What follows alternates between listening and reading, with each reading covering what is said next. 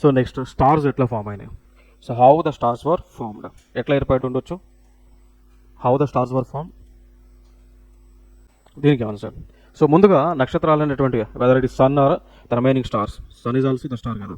So sun అని ఎట్లా form అయిందంటే లైక్ ఇనిషియల్గా నెబులా అనేటువంటిది ఫామ్ అయింది. Nebula, so nebula is nothing but it is a dust particle అండి. So nebula is nothing but it is a dust and gas particle. So nebula is nothing but gas and dust particle, gas plus dust. Because of gravitational force these gas and dust particles were came together which led to the formation of nebula. Nebula is ఒక ball structure ఇట్లా form అయింది. అక్కడ నుంచి as a time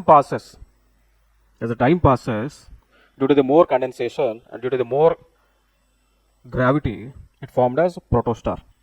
It was formed as protostar. Protostar నుంచి main sequence ఫేజ్లోకి వచ్చింది. Main sequence phase నుంచి red giant or super giant ఫేజ్లోకి వచ్చింది. అక్కడ నుంచి వైట్ డ్వార్ఫ్ అనో లేదా దాన్ని న్యూట్రాన్ స్టార్ అనో లేదా బ్లాక్ హోల్గా ఫామ్ అవ్వడం జరిగింది అన్నట్టు. ఇది నక్షత్రం అనేటువంటిది ఈ ఫేజ్లోకి వస్తుంది అన్నట్టు. సో ఇనిషియల్గా nebula is the cloud of gas and dust. So gravitational force ద్వారా అవన్నీ కూడా దగ్గరకు వచ్చినాయి.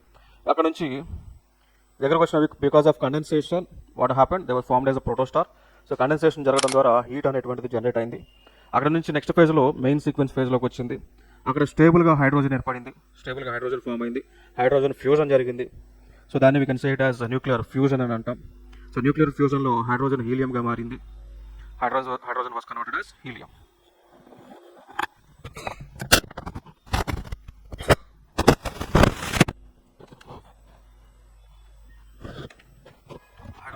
Hydrogen was converted as helium.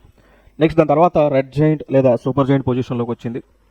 వచ్చిన తర్వాత అక్కడ నుంచి ఎక్స్పాన్షన్ జరిగింది, ఇంకా అవుటర్ లేయర్స్ అని కూడా ఎక్స్పాన్షన్ జరిగినాయి. సో స్టిల్ ఆ ఎక్స్పాన్షన్ జరిగి కొంతకాలానికి ఫైనల్ స్టేజ్లోకి రీచ్ అవుతుంది. అది వైట్ డ్వార్ఫ్ అని అంటాం. వైట్ డ్వార్ఫ్ అంటే తెల్ల మరుగుజ్జు అంటాం, లేదా న్యూట్రాన్ స్టార్గా మారిద్ది, లేదా బ్లాక్ హోల్గా మారిద్ది అన్నట్టు. సో ఈ స్టేజ్ వచ్చేసి ఎండ్ స్టేజ్ అని అంటాం. అంటే ఇక్కడ స్టార్ అనేటువంటి చనిపోతుంది. ఓకే, సో మనిషి ఎట్లా పుట్టి వయసు పెరిగి కొంతకాలానికి వీక్ అయిపోయి చనిపోతారో అట్లా ఒక స్టార్ కూడా పుట్టి స్టేజెస్లో పెరిగి అక్కడ నుంచి చనిపోతుంది అన్నట్టు. ఓకే, సో అట్లా సరే డెత్ ఆఫ్ స్టార్ అని అంటాం. సో ఇనిషియల్ ఆ లాస్ట్ ఫేజ్లో ఒక స్టార్ ఒక్కొక్కసారి బ్లాక్ హోల్గా మారిపోద్ది. స్టార్ బ్లాక్ హోల్గా మారినప్పుడు సో అప్పుడు అక్కడ ఏమైందంటే ఎనర్జీ అనేటువంటిది ఏమి ఉండదు.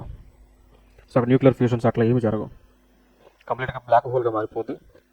సో బ్లాక్ హోల్ మారి గ్రావిటేషనల్ ఫోర్స్ ఎక్కువ ఉండటం ద్వారా ఈవెన్ లైట్ కూడా పాస్ అయితే లైట్ని కూడా లోపల లాగేసుకుంటుంది బ్లాక్ హోల్.